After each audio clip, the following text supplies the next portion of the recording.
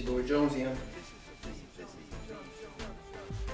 and today I'm going to be doing a couple things on my Lexus. I think this is going to be my first car video,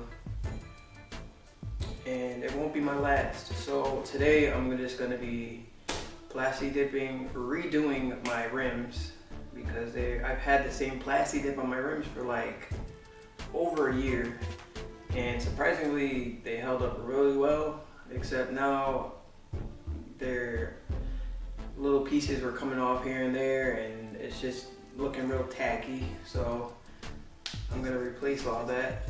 I already peeled the old plasti dip off, and now I'm in the process of cleaning up the tires all the way. I used a pressure washer, got rid of all that plasti dip off of there, and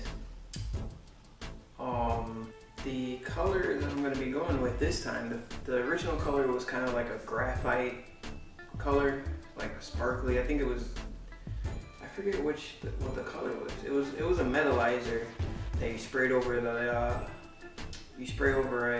base coat of black, and you just spray over, I think it's a graphite metallizer. I don't remember, but it's not really black. And so I'm changing, I'll show you guys.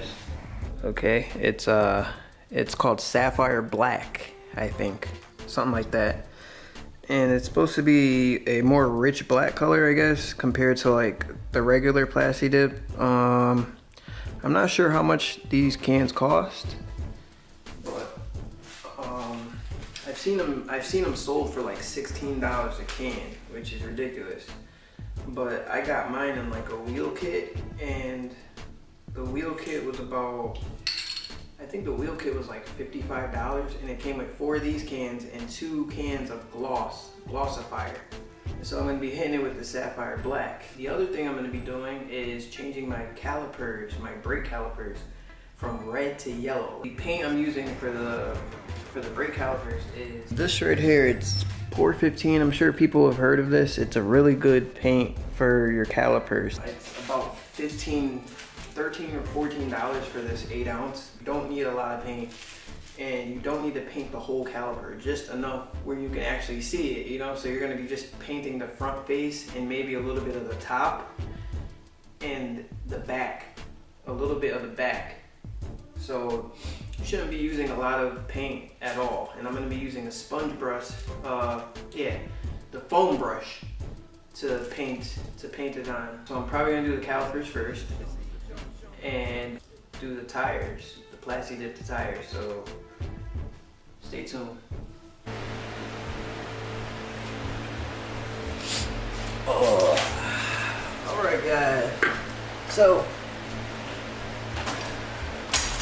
we got our dollar store foam brushes that we're gonna use to paint this caliper over. I already cleaned it when I pressure washed my tires. I cleaned it up. You don't need, I'm not gonna, alrighty, so any loose paint you want to try to get away, but that's pretty much what I'm doing right there. Alright, so now we got our paint, and we're just gonna pop it open with this knife. Like so. I mean, I guess I could use the stirrer that I have over here. Just pop it open. But doesn't matter. Alright. So there it is. Okay. Mix it up a little bit.